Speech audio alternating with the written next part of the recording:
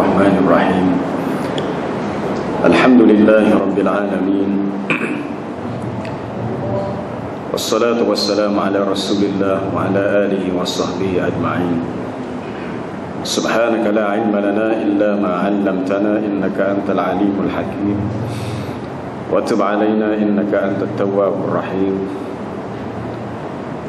قال رب اشرح لي صدري ويسر لي أمري واحلل عقدة من لساني يفقهوا قولي اللهم انفعنا بما علمتنا وعلمنا ما ينفعنا اللهم زدنا علما. Sambungan kita ayat 47. Fala tahsabanna Allah mukhlifa wa'dihi rusulah. A'udzu billahi minasy syaithanir rajim.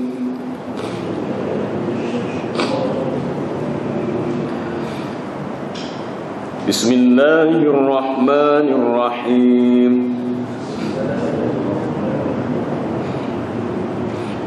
Fala tahsabanna Allah mukhlifa wa'dihi rusulah.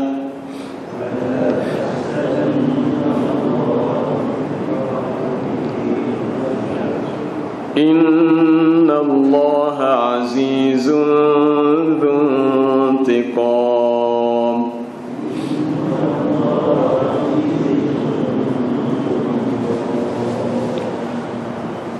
يوم تبدل الأرض غير الأرض والسماوات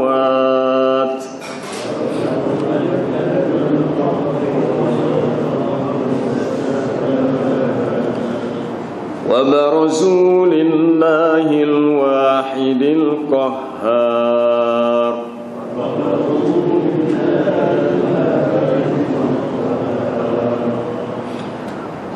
وترى المجرمين يومئذ مقرنين في الأصفاد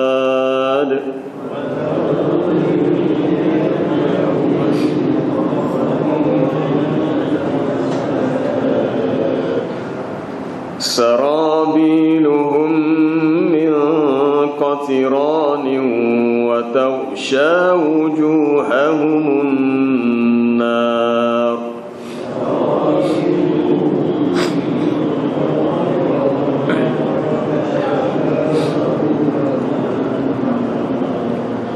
ليجزي الله كل نفس ما كسبت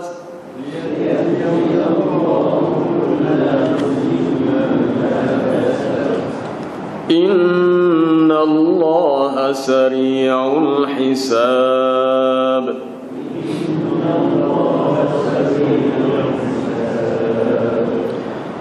هذا بلاغ للناس ولينذروا به وليعلموا أنما هو إله واحد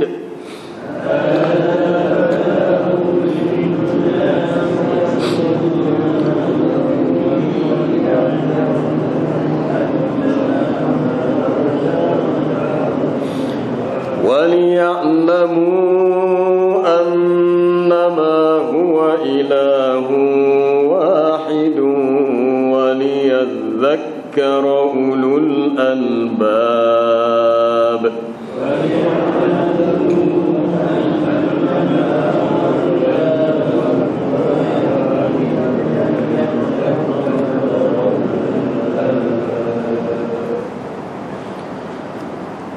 فلا تحسبن الله مخلف وعده رسله. Maka janganlah kamu mengira menyangka bahawa Allah Ta'ala memungkiri janjinya terhadap rasul-rasulnya. Inna Allah azizun dzuntiqam. Sesungguhnya Allah Ta'ala itu bersifat aziz, maha perkasa, maha berkuasa, lagi mempunyai balasan ke atas orang-orang yang derhaka. Yauma tubaddalul ardu ghairal ardi was samawat. Ingatlah pada hari di mana bumi ini diganti dengan yang lain.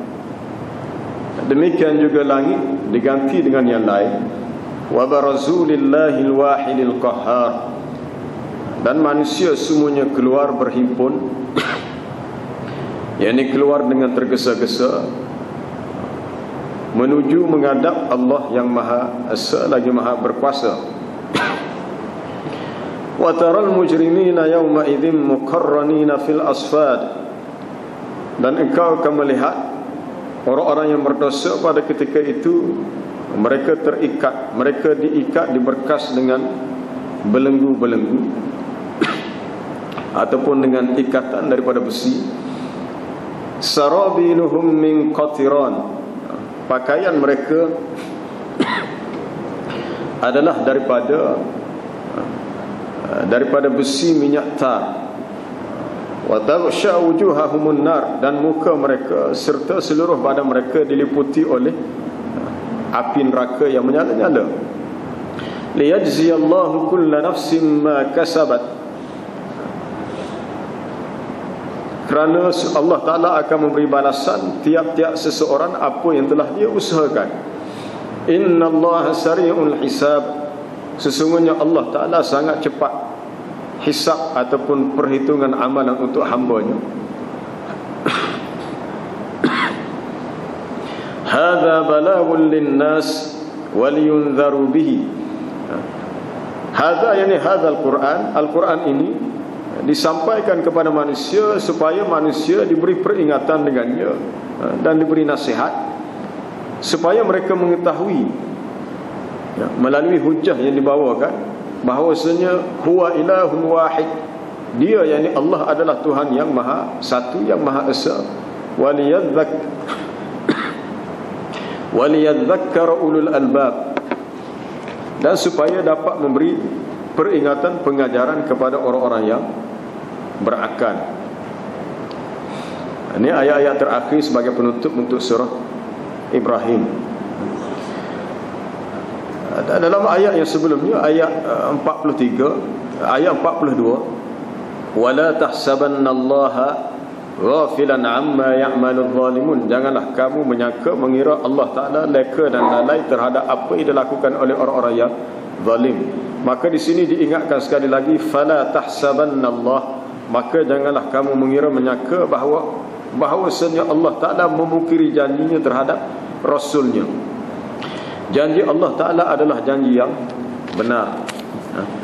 Apabila Allah Ta'ala menjadikan sesuatu, maka huwa munjizun liwa'dihi. Dia pasti akan laksanakan janjinya. Kita melihat dalam peristiwa yang berlaku dalam peperangan Badar, apabila berdepan dengan peperangan yang sangat sengit. Sebab itulah peperangan pertama antara kaum muslimin dengan kaum musyrikin. Dalam riwayat yang sahih disebut Nabi SAW berdoa, Allahumma intahlik hadhihi al-isabah. Ya Allah, sekiranya engkau membinasakan kumpulan ini, golongan kaum muslimin ini, falam tu'bad fil ardi. Engkau tidak lagi disembah oleh manusia di atas muka bumi. Maknanya tidak ada harapan lagi untuk diteruskan dakwah ini kalalah tentera Islam ini kalah. Nabi SAW merayu dalam doanya yang sungguh-sungguh. Doa ini disebut doa ibtihal, sehingga diangkat tangannya dan jatuh apa dia punya kain di atas bahunya. Lalu Abu Bakar As-Siddiq berkata, ya Rasulullah, sesungguhnya Allah Ta'ala telah mendengar doamu dan dia pasti akan melaksanakan janjinya, iaitu memberi kemenangan, pertolongan kepada tentera-tentera Islam, walaupun bilangannya hanya 313 berbanding dengan kaum musyrikin yang lebih ramai.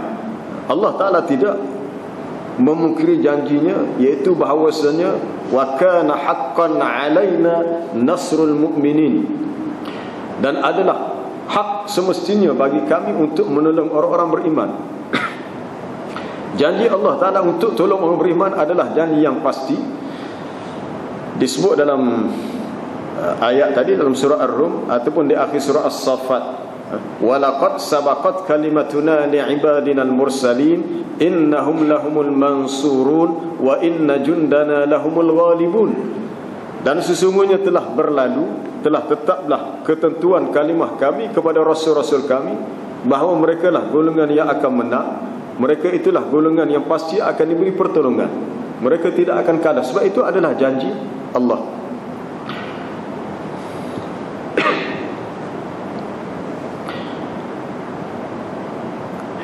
Maka ayat sebegini adalah untuk tasbit, menetapkan, memberi ketetapan kepada umat Islam untuk thiqah, yakni yakin dan percaya dengan biwa'di rabbihi, dengan janji Tuhannya, dengan janji Tuhan kepada mereka,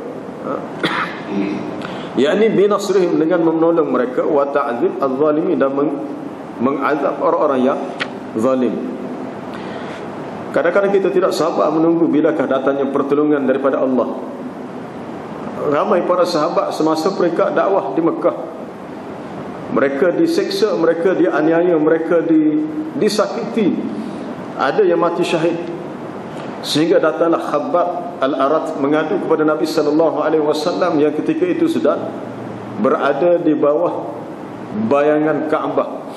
Lalu berkata, ya Rasulullah, ala tad'u lana, ala tastansiru lana, adakah engkau tidak berdoa untuk berdoa untuk mendapatkan kemenangan bagi kita? Adakah kamu tidak minta pertolongan kepada Allah? Lalu Nabi SAW berkata, innahu man kana qablakum, sesungguhnya ada orang terdahulu daripada kamu, yukhadhu, ditangkap mereka, fayuj'alu fi hufrah, lalu diletakkan dalam lubang, yudha al-minshar, diletakkan gergaji di atas kepala sehingga terbelah badannya. Ada di antara mereka yumshatu bi amshatil hadid, disikat dengan sikat besi sehingga tercabut daging daripada tulang di badan mereka dalam keadaan mereka masih hidup. Walakinnakum tasta'jilun, tetapi kamu terlalu gopoh nak cepat. Maka Nabi SAW memberi kepastian dengan qasam, dengan sumpah, wallahi, demi Allah, la yutimmannallahu hadzal amr, Allah Ta'ala akan sempurnakan urusan ini, yakni Allah Ta'ala akan menunaikan janjinya, memberi kemenangan kepada kita, hatta yasirar rakib, sehingga seorang yang berkenderaan berjalan daripada Sana'a ke Hadramaut, berjalan daripada suatu tempat ke tempat yang lain, lokasi yang disebut terletak di Yaman, mereka itu tidak takut kecuali kepada Allah, ataupun takut ancaman serigala ke atas kambing-kambing mereka. Yakni ketika itu apabila janji Allah Ta'ala sudah sampai bahawa kemenangan berpihak kepada agamanya, umat Islam akan hidup dalam suasana tenang, damai, dan tidak ada ketakutan. Seseorang berjalan tidak takut ada orang jahat, sebab tak ada orang jahat. Mereka hanya takut kepada Allah, atau kemungkinan ada anjing serigala yang akan makan kambing mereka. Kita menanti dan menanti bilakah datangnya janji daripada Allah. Selagi tidak cukup syarat-syaratnya, maka Allah Ta'ala tidak akan memberi kemenangan kepada umat Islam. Memang dia berjanji untuk memberi kemenangan. Ada di antara sahabat yang bertanya kepada Nabi selain daripada Khabbab, am hasibtum an tadkhulul jannah, sehinggalah pertanyaan itu membawa kepada turunnya ayat, am hasibtum an tadkhulul jannah, adakah kamu menyangka, mengira bahawa kamu akan masuk syurga, walamma ya'tikum mathalul ladzina khalau min qablikum, padahal belum datang kepada kamu ujian sebagaimana yang menimpa orang terdahulu, massathumul ba'sa wad dharra, mereka telah dikenakan dengan kesusahan, kepayahan, penderitaan, kesakitan, wazulzilu, kehidupan mereka digoncang dengan sekuat-kuatnya sehingga iman mereka begitu, iman yang kuat itu seakan-akan bergegar kerana kuatnya ujian. Hatta yaqula ar-rasul walladzina amanu ma'ahu mata nasrullah, sehingga rasul dan orang-orang beriman yang bersama dengannya bertanya, bilakah datangnya pertolongan Allah. Kalau Allah Ta'ala menjanjikan bahawa kita akan menang, kita tidak akan dihina, kita akan mendapat kemuliaan, kita akan berjaya dalam dakwah, tapi bila? Ala inna nasrallahi qarib, ketahuilah sesungguhnya pertolongan Allah Ta'ala itu sudah dekat. Pertolongan Allah Ta'ala itu sudah dekat. Ini adalah janji daripada Allah bahawasanya Rasulnya akan diberi pertolongan. Orang-orang beriman yang mengikuti dakwah Rasul juga akan diberi pertolongan. Inna lanansuru rusulana walladzina amanu fil hayati dunya wa yauma yaqumul ashhad. Sesungguhnya kami pasti akan menolong Rasul-Rasul kami dan orang-orang yang beriman semasa hidup di dunia dan juga pada hari sekalian saksi akan bangun memberi persaksian, yakni di hari akhirat nanti.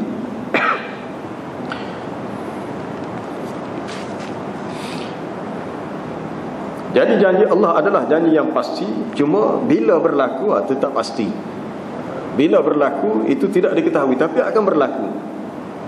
Innallaha azizun dzuntiqam. Sesungguhnya Allah Ta'ala itu maha perkasa, maha berkuasa, maha kuat. Azizun dzu izzatin wa qudratin. Mempunyai kehebatan, kekuatan, kekuasaan, la yu'ajizuhu, tidaklah dapat dilemahkan oleh sesiapa pun. Wala yamtani'u alaihi syai'un aradahu, dan tidak dapat dihalang ke atasnya oleh sesuatu yang dia kehendaki. Kalau Allah Ta'ala menghendaki sesuatu, tidak ada sesiapa yang dapat menyekat dan menghalang kehendak Allah. Ataupun kalau dia menghendaki akan ukubah, dikenakan hukuman siksaan kepada sesiapa yang dia kehendaki. Dan dia juga zu intiqam. Zu intiqam mempunyai siksaan. Intaqama yantaqimu, maknanya dalam bentuk, kalau kita terjemah secara tepat, balas dendam. Orang buat sesuatu yang salah, kita nak balas balik kejahatannya. Dalam hadis sahih Bukhari disebut oleh Aisyah radhiyallahu anha, ma intaqama Rasulullah sallallahu alaihi wasallam, Nabi sallallahu alaihi wasallam tidak pernah membalas atau tidak menaruh dendam terhadap apa-apa keburukan yang dibuat kepadanya, kecuali illa an tuntahaka hurmatan min hurmati dinillah, kecuali apabila dilanggar, dicabuli salah satu kehormatan maruah agama. Nabi cuma maruah apabila orang buat kena kepada agama, tapi kalau buat aniaya kepada dia, kepada diri dia, tubuh badan dia, boleh bersabar. Orang nak kata apa-kata lah. Gapo dia orang kafir tak kata kepada Nabi? Majnun, syair, dan banyak lagi tuduhan-tuduhan yang tidak sedap didengar. Tapi Nabi SAW boleh bersabar. Tetapi apabila ada orang mempermainkan agama Allah dari sudut hukum hakam dan perintahnya, maka di situ dia akan membalas. Dia akan membalas apabila melibatkan masalah hukum. Sebab tu perkataan intaqama yantaqimu, balas atas kejahatan yang dibuat. Zu intiqam, mempunyai balasan. Kalau kita terjemah secara tepat, mempunyai dendam. Dendam nisbah kepada kita bersifat negatif, sebab kita digalakkan memaafkan kesalahan. Tapi Allah Ta'ala, ia adalah sesuatu sifat yang bersifat ijabiyah, yang menggambarkan kesempurnaan sifat Allah. Kalau seseorang itu buat salah mungkin buat salah tu 10 tahun lepas, 20 tahun lepas, kemudian dia meninggal dalam keadaan dia tidak bertaubat. Adakah orang itu menyangka tak apa, dosa dia buat 20 tahun lepas, Tuhan tak ingat dah? Tidak timbul soal Tuhan tak ingat, Tuhan tak tahu. Sebab Allah Ta'ala zu intiqam. Kalau kita bersalah dengan orang lain, kita kata biarlah dosa, kesalahan ini hak lepas, biarlah yang lepas tu biarkan ia berlalu, kita maafkan, kita boleh maaf. Allah Ta'ala dengan kehendaknya, dia boleh memaafkan, dan dia boleh juga untuk membalas kesalahan itu dengan dikenakan siksaan. Itu dikatakan zu intiqam. Kalau dia menghendaki begitu, dia mempunyai intiqam mimman kafara bihi wa jahadahu. Sesiapa yang dia mempunyai siksaan ke atas sesiapa yang ingkar kepadanya, au asyraka ma'ahu ilahan akhar, ataupun yang menyekutukan bersama dengannya akan Tuhan yang lain, yang melakukan syirik.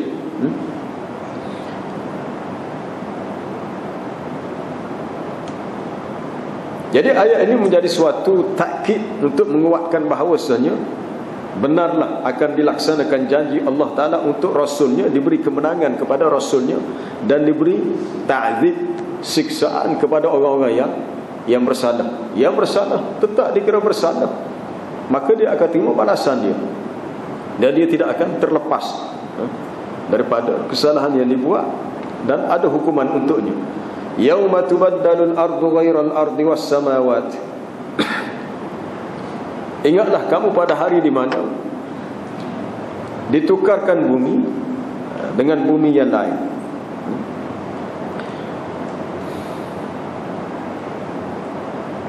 Bumi yang kita pijak di alam akhirat bukan lagi bumi di alam dunia. Was samawat, begitu juga ditukar langit. Langit akhirat tidak sama dengan langit dunia.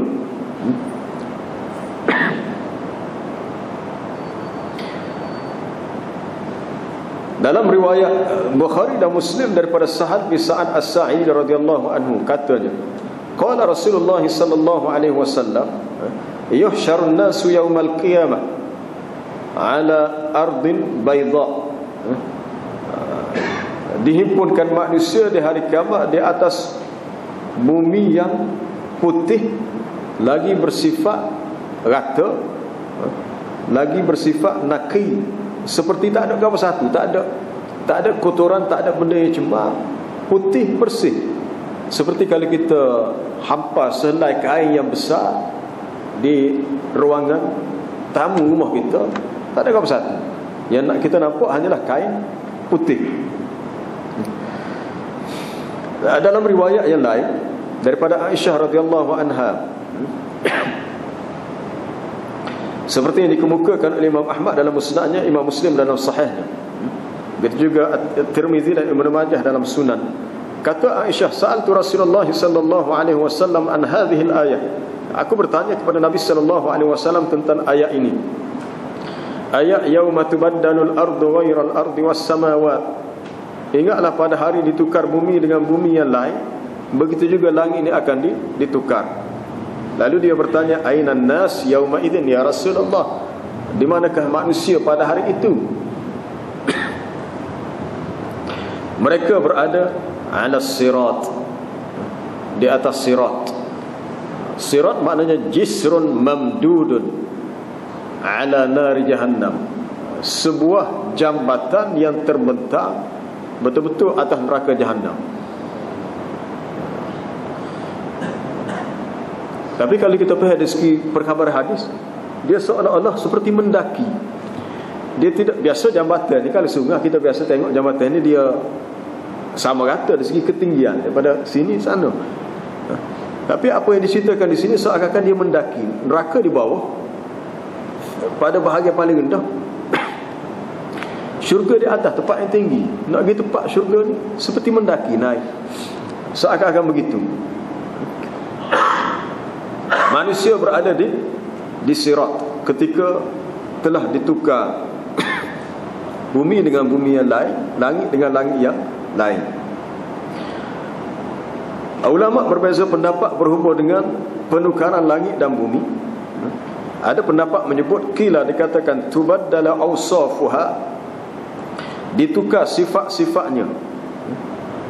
Sifat-sifat yang ada pada asal bumi dunia ini telah ditukar sifatnya.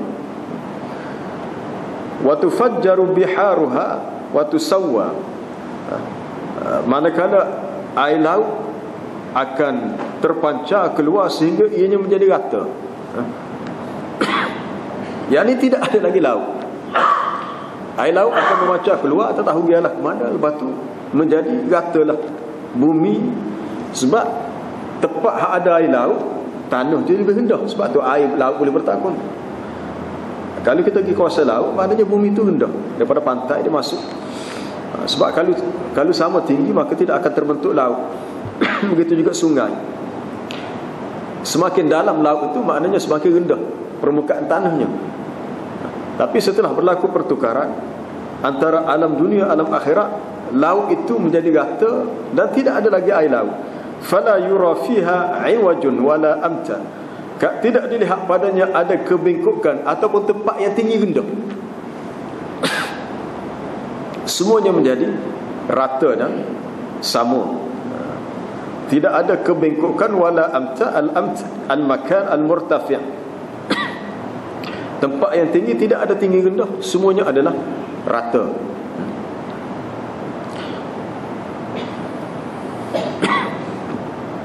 Wa barazu lillahi al-wahid al-qahhar. Manusia semuanya menuju kepada Allah. Baraza, dalam setengah ayat disebut yaumahum barizun. Apabila berlakunya kiamat, ingatlah pada hari di mana manusia ini akan barizun, maknanya kharijun, keluar dengan musri'un, dengan cepat. Kharijuna an kuburihim musri'ina, keluarlah mereka daripada kubur dengan cepat. Kharajat al-khalaiq jami'uha min kuburihim, semua sekalian makhluk yang berada dalam kubur keluar intizaran li hukmillahil wahid, kerana menunggu hukuman daripada Allah. Maka ketika itu Allah Ta'ala bertanya, limanil mulkul yaum, untuk siapakah kerajaan pada hari ini, untuk siapakah kekuasaan pada hari ini. Ketika itu tidak ada sesiapa yang menjawab, sebab semuanya sudah mati. Hatta makhluk yang terakhir dimatikan, malakul maut pun akan mati juga. Malakul maut mencabut nyawa sekalian makhluk yang lain, akhirnya dia sendiri mencabut nyawa dia pun mati. Allah Ta'ala berkata limanil mulkul yaum, dan dia sendiri berkata lillahil wahidil qahhar. Al-mulku, segala kerajaan, segala kekuasaan hari ini adalah milik Allah yang bersifat al-wahid al-qahhar, yang maha satu lagi maha sangat-sangat berkuasa. Jadi semua manusia akan barazu menuju kepada Allah. Kita pernah baca dalam beberapa ayat sebelumnya dalam surah Ibrahim juga. Wa barazu lillahi jami'an. Faqala ad-du'afa'u lilladhina istakbaru inna kunna lakum tab'a fahal antum mughnuna 'anna min 'adzabillahi min syai'. Qalu law hadana Allahu lahadainakum sawa'un 'alaina ajazina am sabarna ma lana min mahis. Mereka semua barazu menuju kepada Allah, keluar daripada kubur dengan cepat menuju kepada Allah. Jami'an, semua sekali. Ketika itu berkatalah orang-orang yang lemah terhadap orang-orang yang membesarkan diri, yakni orang yang sombong, kami sebenarnya menjadi pengikut kamu semasa di dunia, adakah kamu boleh menolong kami? Dalam keadaan susah menuju kepada mahsyar, tempat di mana mereka dihimpunkan, manusia tercari-cari siapakah yang dapat menolong mereka. Lalu orang yang menjadi at-tabi' akan mencari siapakah dia punya al-matbu', orang yang pernah mereka ikut semasa di dunia. Lalu waqala alladhina ittaba'u, berkatalah orang yang menjadi pengikut kepada orang yang mereka ikut, lau anna lana karratan fanatabarra'a minhum kama tabarra'u minna, kalaulah kami diberi peluang, pilihan untuk kembali ke dunia sekali lagi, nescaya kami akan berlepas diri daripada kamu. Kami tidak mahu ikut kamu sebagaimana pada hari ini kamu berlepas diri daripada kami. Kita letak mana ni kedudukan kita ni? Kalau kita kata kita akan selamat, kita suatu harapan bahawa kita akan selamat, adakah jaminan itu dianggap 50%, 90% kita akan selamat? Tidak ada siapa yang tahu adakah dia benar-benar akan selamat. Tidak ada seseorang pun yang boleh mengatakan dia akan selamat. Katakanlah kita membuat andaian kita akan selamat 90%. Bagaimana dengan anak kita, isteri kita, ahli keluarga kita, rakan kita, saing-saing kita? Adakah kalau kita berada dalam keadaan selesa, kita tergamuk membiarkan ia menderita dan terseksa? Bukan sahaja daripada mahsyar, kemudian banyak lagi laluan-laluan lain di haud. Tunggu daripada mahsyar, suasana yang sangat tidak selesa, panah, lama lagi. Tidak semua yang berada daripada mahsyar mendapat naungan arasy Allah. Tidak semua, bukan semua. Kalau dalam hadis sahih disebut 7 golongan, ada riwayat lain menambah orang bersedekah dan orang yang menghalalkan hutang juga akan diberi azallahullah fi dhillihi yawma la dhilla illa dhilluh. Kalau seseorang kata berhutang dengan kita, tak boleh bayar, kita pun apa dia, nadha anhu, kita pelepah, kita halalkan. Maka kita yang melepaskan hutang seseorang diberi tawaran untuk duduk di bawah naungan arasy. Ada riwayat lain, kalau kita baca buku dengan bab man anzara mu'siran, orang yang memberi tangguh kepada orang yang susah, tak boleh bayar hutang, ataupun wada'a anhu, atau dilepaskan hutang. Di sinilah kita tercari-cari manakah saki baki amalan soleh kita yang boleh menyelamatkan kita. Kalau kita mahu berfikir, hari yang sangat susah, hari yang sangat susah, dan bagi orang-orang kafir ianya lebih-lebih susah. Wa qala al-kafiruna hadza yaumun asir, berkata orang kafir, ini hari yang sangat sukar, hari yang sangat susah. Dan hari itulah yang disebut oleh Nabi SAW ketika manusia barazu lillah, menuju kepada Allah. Hari di mana Allah Ta'ala sangat murka, yang mana dia belum pernah murka kepada makhluknya sebagaimana kemurkaannya pada hari itu. Sehingga tidak ada seorang Nabi dan Rasul yang berani untuk mengatakan dia boleh beri syafaat, sehinggalah manusia mengadu kepada Nabi SAW. Barulah Rasulullah beri jaminan dia akan cuba mendapatkan pertolongan di sisi Allah. Lalu Allah Ta'ala memberikan kepada Nabi kita asy-syafa'atul uzma, syafaat yang besar, atau syafaat yang teragung, untuk takhfif, meringankan kesusahan di padang mahsyar. Kalau kita banyak fikir bab dunia, kita tak fikir ni apa yang kita akan lalui di akhirat. Kita susah sedikit di dunia, kita rasa berat. Bagaimana kita akan menanggung susah yang lebih panjang, yang lebih lama. Wa taral mujrimina yawma idzin muqarranina fil asfad, ya. Dan engkau ya Muhammad akan melihat orang-orang yang bersalah, al-mujrim. Kalau orang kafir, orang yang mati dalam kekufurannya, ataupun sesiapa sahaja yang mati dalam keadaan dia bersalah. Orang Islam yang banyak buat dosa, dia tidak bertaubat, dia dikira mujrim, ya. Walaupun asalnya perkataan mujrim lebih merujuk kepada orang kafir. Walau tara idzil mujrimuna nakisu ru'usihim, mujrim, ya. Ataupun dalam surah Az-Zukhruf, innal mujrimina fi 'adzabi jahannam khalidun, sesungguhnya orang yang mujrim, yang bersalah, yang berdosa, berada dalam neraka jahannam, mereka kekal.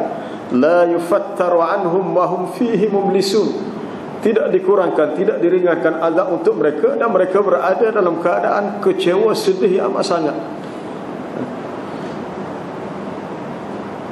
Bagaimana dengan orang-orang yang telah pergi dalam keadaan mereka tidak beriman? Orang yang telah pergi, yang telah mati dalam keadaan mereka tidak bertaubat. Ini satu perkara yang perlu kita fikir.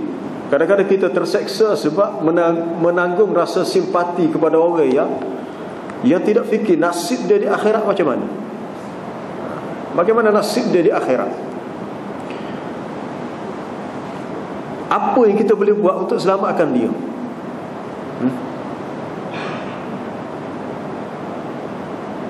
Kita sampai tak ada air mata dah, kita nak menangis mengenakan nasib ahli keluarga kita, jiran-jiran kita yang terpisah hubungannya dengan Allah. Nasa tidak pergi solat jemaah. Kalau solat fardu 5 waktu tak berjemaah, tidak ada harapan untuk mengatakan dia akan bangun qiyamul lail, untuk menangis di hadapan Allah, ya Allah ampunilah dosaku, rahmatilah aku, redailah aku. Tidak mungkin. Kalau amalan yang fardu dia tidak buat, mana mungkin dia akan melakukan amalan sunnah untuk bermunajat kepada Allah. Padahal Nabi SAW bangun di waktu malam menangis. Dikhabarkan oleh Abdullah Asy-Syekhir, bangunnya Rasulullah SAW yusalli wa li jawfihi azirun ka aziril mirjan. Dia bangun solat di waktu malam, seakan-akan didengar dalam dadanya bunyi sepahi gelegok, teriak. Lalu dia membaca doa, in tu'adzibhum fa innahum ibaduk wa in taghfir lahum fa innaka antal azizul hakim. Sekiranya engkau mengazab mereka ya Allah, maka mereka adalah hamba-hambamu, dan sekiranya engkau mengampunkan mereka, engkaulah Tuhan yang bersifat maha perkasa lagi maha bijaksana. Nabi buat gitu ni sebab kita, bukan untuk dia. Bukan untuk dia memang selamat dah. Untuk kita. Katakanlah kalau kita berada atas sirat, sejauh mana kita akan selamat? Katakanlah kita selamat. Sebab orang manusia ni melalui sirat, disebut dalam hadis ada yang melalui seperti kalbar, seperti kilat. Ada yang melintasi sirat seperti apa dia? Seperti kuda yang tangkas berlari. Ada yang seperti orang berjalan, tak sama. Siapa dulu? Kalau kita buat ada yang kita sapa dulu, sapa hujung sana, sapa nak masuk syurga. Adakah kita tergamuk membiarkan di sana anak-anak kita yang akan terjun masuk dan neraka? Kalau kita mencintai mereka di dunia, adakah tidak ada ruang cinta untuk mereka di akhirat? Kalau kita memikirkan keadaan adik-beradik kita, kalau kita kata kita ahli masjid yang boleh mai ke masjid, adakah kita jamin bahawa kita boleh heret mereka masuk syurga, untuk mereka selamat supaya tidak terjun dalam neraka? Tidak ada jaminan. Kalau kita mahu berfikir, apa yang kita boleh buat? Dakwah. Kalau kita dakwah sekadar mari masjid, kita mengajar, hok mari dengar tak apa. Tapi yang tidak dengar, yang tidak tahu, tidak sampai, tazkirah itu tidak sampai kepada dia, maka tidak akan berlaku perubahan dalam hidup.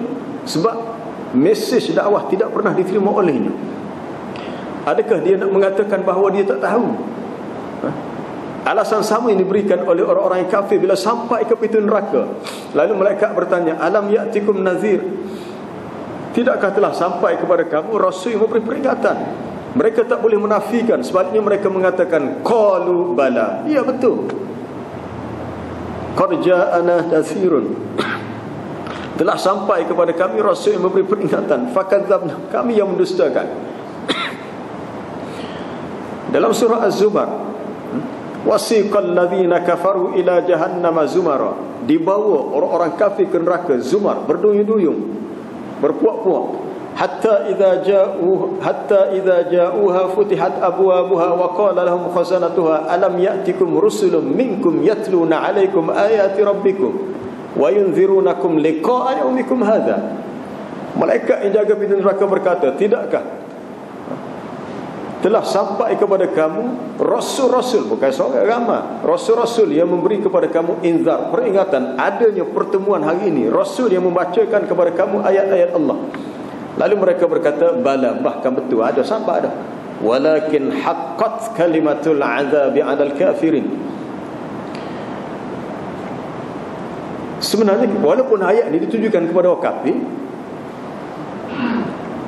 yang bermain dalam kepala kita, kalau kita mahu berfikir, orang-orang Islam yang kehidupannya sama dengan orang kafir, sampai peringatan Rasul, dia tahu dah tapi dia tak terima. Cuma dia terima, dia sudut secara zahirnya Islam, tapi cara hidup Islam tidak diamalkan. Kita matlamat hidup kita adalah untuk mardatillah, untuk keredaan Allah. Kalau begini cara kita beramal dengan agama, layakkah kita mendapat mardatillah? Kita hanya meminta kepada Allah, Allahumma arhamna, Allahumma ighfir lana wa'fu anna warda anna. Ya Allah, rahmatilah kami, ampunilah kami, maafkanlah kami, redalah kepada kami. Kalau kita tak boleh benda ni, kita nak duduk mana kita? Allahumma ighfir lana warhamna wa'fu anna warda anna. Ampunilah kami, rahmatilah kami, maafkanlah kami, redailah kami. Kalau kita tidak termasuk tersenarai di kalangan orang yang mendapat keredaannya, rahmatnya, keampunannya, kemaafannya, apa yang kita boleh buat? Berapa lama Nabi Adam berdoa kepada Allah Ta'ala? Bukan sebentar, lama. Rabbana zalamna anfusana wa illam taghfir lana wa tarhamna wa illam taghfir lana wa tarhamna. Sekiranya engkau tidak ampunkan kami, sekiranya engkau tidak rahmati kami, kami akan termasuk di kalangan orang-orang yang khasirin, rugi. Kalau rugi sekadar dunia tak apa, ni rugi selama-lamanya. Maka rugilah bagi orang-orang yang menerima nasib macam ini, sebab mereka akan terikat fil asfad, terikat pada belenggu. Uslub yang sama digunakan kalau kita baca dalam surah Sad, cerita tentang syaitan-syaitan yang menjadi rakyat jelata Nabi Sulaiman. Wasyayatina kulla banna'in wa ghawwas. Ada syaitan yang bekerja sebagai tukang bina bangunan, ada yang bekerja sebagai tukang selam, ghawwas. Wa akharina muqarranina fil asfad. Dan ada syaitan-syaitan lain yang terbelenggu, terikat dengan belenggu. Bukan cerita orang masuk neraka, ni cerita ada syaitan-syaitan yang Nabi Sulaiman tugaskan, dia tak boleh lepas, kena ikat dia. Wa akharina muqarranina fil asfad. Lalu dikatakan hadza ata'una, ini adalah kurnian, pemberian daripada kami untuk Nabi Sulaiman. Dia boleh kontrol syaitan. Tapi di akhirat orang-orang yang mujrim akan dikawal oleh malaikat. Dalam hadis yang sahih, kita boleh rujuk dalam Riyadhus Salihin, gambar yang sangat menakutkan. Yu'ta bi jahannama yawma idzin sab'una alfa zimamin ma'a kulli zimamin alfuna sab'una alfa malakin yajurrunaha. Akan dibawa pada hari ini dengan neraka Jahannam, sehingga semua manusia boleh lihat neraka Jahannam. Dan setiap orang itu akan dibawa bersama dengannya ada 70,000 tali kekangan, tali untuk ikat dia. Dan setiap satu tali pula sab'una alfa malakin, 70,000 malaikat. Cuba cari banyak mana malaikat. Kalau atas 70,000 kali dengan 70,000, berapa banyak malaikat? Siapakah yang boleh selamat? Tidak ada jalan untuk selamat, kecuali orang-orang yang memang akan selamat. Allahumma sallimna, ya Allah selamatkanlah kami. Tidak ada ucapan yang kita minta salim salim salimna, selamatkanlah kami ya Allah, selamatkanlah kami, supaya tidak termasuk di kalangan orang yang nasibnya begini. Sarabiluhum min qatiran, dia punya pakaian besinya daripada minyak tar. Sarabil merujuk kepada qamis, kain baju yang dipakai adalah qatiran. Qatiran seperti minyak tar yang sangat panas, seakan-akan ianya sudah menjadi. Sarabil merujuk kepada seperti baju besi.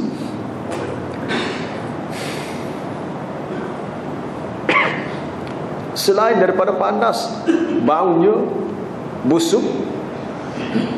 Wa taghsha wujuhahumun nar, wajah mereka pula dipenuhi, dibayangi dengan api-api neraka.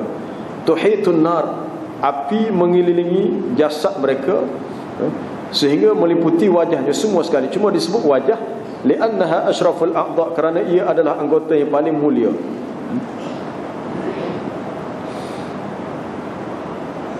Sebanyak-banyak wajah manusia yang kita lihat di dunia, yang comel, yang cantik, yang sempurna, kalau dia kembali kepada Allah dalam keadaan Allah Ta'ala tidak redha kepadanya, maka hilanglah segala kecantikan dan kesempurnaan itu. Dia akan menjadi cacat. Talfahu wujuhahumun nar wa hum fiha kalihun, akan dibakar wajah-wajah mereka dalam neraka. Api neraka akan bakar sehingga mereka berada dalam keadaan kalihun, cacat. Cacat ni bukan cacat yang sikit, cacat yang berat. Orang Islam sendiri kalau dia melakukan kesalahan suka minta sedekah, padahal dia tidak layak diberi sedekah. Al-mas'alatu kaddun yakuddu bihar rajul, perbuatan meminta-minta itu Nabi kata menjadi suatu beban yang akan membebankan seseorang itu, sehingga dia datang di hari kiamat laisa fi wajhihi muz'atul lahmin, tidak ada pada mukanya kepingan-kepingan daging. Tengok kalau manusia mari dengan tulis korok saja, tengkorak saja, tidak ada sesiapa pun yang mahu melihatnya. Janganlah seseorang yang cantik, yang sempurna wajahnya, yang comel, yang handsome, kacak, berbangga dengan kecantikannya, sebab di sebalik wajah yang cantik itu ada susunan tulang yang menakutkan. Cuma kita tak nampak hak uduh dalam, kita nampak hak luar. Tujuannya supaya Allah Ta'ala memberi balasan kepada manusia, setiap manusia dengan apa yang dia usahakan. liyajziyallahu kulla nafsin ma kasabat. Setiap manusia tidak akan terlepas. Kita sekarang ni kita berada dalam masjid secara ramai-ramai, kemudian kita boleh solat berjemaah. Pagi esok kita bagi solat subuh. Kita jangan ingat kita bertemu dengan Allah dalam keadaan macam ni. Tak. Kita akan bertemu seorang-seorang diri. Walaupun kita ramai, tapi ramai masing-masing nafsi-nafsi, masing-masing sibuk dengan urusan sendiri. Apabila kita mahu berfikir dan kita mahu berubah, maka kita kena berubah daripada sekarang. Kita kena berubah daripada sekarang. Tidak boleh tangguh-tangguh. Sebab kita tidak tahu adakah selepas. Saya kadang-kadang terfikir, bila kita balik, adakah kita yakin minggu depan kita masih ada di sini? Boleh jadi dosa kita akan mati. Adakah apabila berlaku pertemuan, kita yakin selepas berakhirnya pertemuan masih ada pertemuan yang lain? Bila kita bertemu dengan Allah secara furada, fardan, seorang-seorang diri, maka kita akan dipersoal dengan apa yang kita lakukan di dunia. Kalau kita dah bertaubat, insya-Allah Tuhan akan terima taubat kita dan kita akan selamat. Seseorang akan menerima balasan, in kana khairan fa khairun wa in kana syarran fa syarrun. Sekiranya baik amalan, maka baiklah balasan. Sekiranya buruk, cubalah usaha. Balik malam ni kita tidur awal, kita bangunlah pukul 3.30, pukul 4.30. Cuba kita flashback balik dosa yang telah kita buat sebelum ini. Tidak ada, Abu rasa tak ada seorang pun di antara kita boleh mengatakan kita zero dosa, tak ada. Ataupun kita sifar daripada melakukan zambun. Tidak ada seorang manusia boleh mengatakan tidak ada dosa baginya.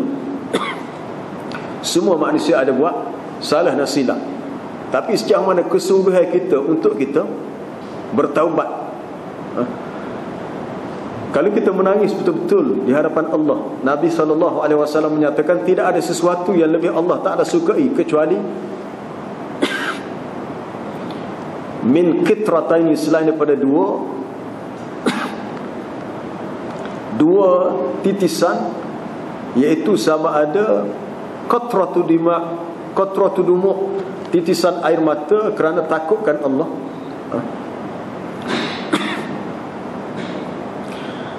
ataupun titisan darah yang mengalir kerana berjuang fi sabilillah. Dan tidak ada dua asar, dua kesan, dua bekas tapak yang Allah Ta'ala suka kecuali bekas tapak kaki kerana pergi perang dan bekas tapak kaki kerana melaksanakan kewajipan yang fardu solat berjemaah. Kalau kita ada 4 perkara ni, ataupun salah satu daripada 4 ni, asara ni dua kesan. Kesan pergi perang, tak perang kita mana ada perang lah ni. Ataupun kesan tapak kaki sebab pergi ke masjid, ataupun dua titisan sama ada air mata yang menangis kerana takutkan Allah, ataupun darah yang tumpah kerana jihad. Tak ada jihad, tak ada tumpah darah. Maka itulah yang Allah Ta'ala sukai. Semoga ia menjadi penyebab kepada dihapuskan dosa-dosa kita. Dan akhir sekali sebagai penutup, kita nak berhabis sebab minggu depan nak masuk surah yang lain. Al-Quran ini adalah sesuatu yang disampaikan untuk manusia, supaya manusia mengambil peringatan dengannya. Akhirnya mereka tahu bahawa Tuhan itu adalah ilahun wahid, Tuhan yang satu. Perkara yang paling penting dalam agama adalah akidah tauhid. Kalau timbul isu Syiah, isu gapo orang kata akidah adalah perkara penting. Kita bercakap akidah dari sudut mana? Akidah ni perkara usul, tapi perbahasan akidah secara perinci dia ada usulnya, ada furuknya. Kalau kita belajar rukun iman yang 6 itu usul. Tapi perbahasan-perbahasan lain, khususnya melibatkan pandangan salaf, khalaf, memahami keadaan, memahami sifat-sifat Allah, itu dimasuk furuk akidah. Ada juga hal-hal lain berhubung dengan masalah adakah Nabi SAW melihat Allah pada malam Isra dan Mi'raj. Itu furuk akidah, bukan usul. Kadang-kadang setengah orang membesarkan perkara-perkara yang tidak perlu. Adakah ayah Nabi dalam syurga neraka? Tak penting kita tahu. Kita kata itu urusan Allah Ta'ala, bukan urusan kita.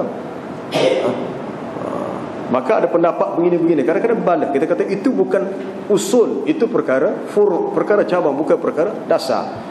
Perkara yang menjadi usul nombor 1 adalah akidah tauhid, wahdaniyatullah, meyakini keesaan Allah. Dan jangan terlibat dengan syirik. Hak tu nombor satu. Hak tu nombor satu. Tak ada guna kalau orang tu berbangga dengan ibadat banyak, tapi lepas beribadat dia terlibat dengan perkara-perkara syirik. Kiu habis, hacu habis ibadatnya. Dan akhir sekali, supaya Quran yang dibawa ini, yang disampaikan oleh Nabi sallallahu alaihi wasallam, akhirnya memberi peringatan, pengajaran kepada ulul albab. Tanyalah diri masing-masing, adakah kita termasuk ulul albab? Amba rasa tidak ramai ulul albab. Ulul albab orang yang banyak zikrullah. Inna fi khalqis samawati wal ardi wa ikhtilafil laili wan nahari laayatin liulil albab. Sesungguhnya pada penciptaan langit dan bumi, berlaku siang malam, benar-benar menjadi tanda-tanda kekuasaan Allah bagi orang yang ulul albab. Ulul albab mana? Ashabul uqul as-salimah, orang yang mempunyai akal yang waras. Al-albab mana? Al-uqul. Al-albab jamak daripada lubbun. Lubbun al-lubbu al-albab. Siapakah mereka? Alladzina yadhkurunallaha qiyaman wa qu'udan wa 'ala junubihim. Orang yang sentiasa ingat kepada Allah, duduk ke, berdiri ke, berbaring ke. Wa yatafakkaruna fi khalqis samawati wal ardh. Mereka berfikir tentang kejadian langit dan bumi. Lalu mereka berkata, Rabbana ma khalaqta hadza batila. Wahai Tuhan kami, tidak engkau ciptakan ini sia-sia. Maha suci engkau. Akhir sekali, subhanaka faqina azaban nar. Orang yang ulul albab fikir selamat ke dia daripada neraka. Kalau nak selamat, berdoalah, Rabbana atina fid dunya hasanah wa fil akhirati hasanatan wa qina azaban nar, wa qina azaban nar. Kata Huzaifah bin Al-Yaman, Nabi nak tidur, dia letak tangan, tapak tangan di sebelah pipi kanan. Dia baca, Allahumma qini azabak yauma tab'asu ibadak. Wahai Tuhanku, peliharalah aku daripada azabmu pada hari engkau membangkitkan sekalian hamba-Mu. Rabbi qini azabak. Wahai Tuhanku, peliharalah aku daripada azabmu. Nabi baca tu, dia sudah dijamin tidak akan dikenakan azab. Dia tu ahli syurga. Kita tak tahu mana ni. Berapa banyak sekali kita berdoa kepada Allah supaya Allahumma, apa dia, seperti dalam wirid lepas biasa kita baca lepas maghrib, lepas subuh, Allahumma ajirni minan nar. Ataupun kita baca Allahumma a'izni min azabin nar wa min fitnatil qabri. Ataupun kita baca dalam iftitah, Allahumma ba'id baini wa baina khataayaya kama ba'adta bainal masyriqi wal maghrib. Jauhkanlah antara aku dengan kesalahanku sebagaimana engkau menjauhkan antara timur dan barat. Maka kesimpulannya, hendaklah kita membina tekad yang baru, berusaha untuk mendekatkan diri kepada Allah, berusaha untuk meminimalkan dosa yang banyak berlaku dalam kehidupan kita, dan membanyakkan doa supaya Allah Ta'ala jadikan kita orang yang diberi rahmat, diberi keredaan, diberi keampunan, rindu kepada syurga dan takut kepada murka dan azab nerakanya. Wallahu a'lam. Subhanakallah bihamdika asyhadu an la ilaha illa anta astaghfiruka wa atubu ilaik.